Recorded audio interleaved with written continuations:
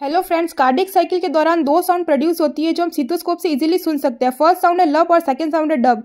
First sound associate है tricuspid और bicuspid valve के क्लोज होने से, क्योंकि जब वेंट्रिकुलर के अंदर प्रेशर इंक्रीज हो जाता है जिसके कारण ट्राइकस्पिड और बाइकस्पिड वॉल क्लोज हो जाती है, जिससे साउंड प्रोड्यूस होता है लब।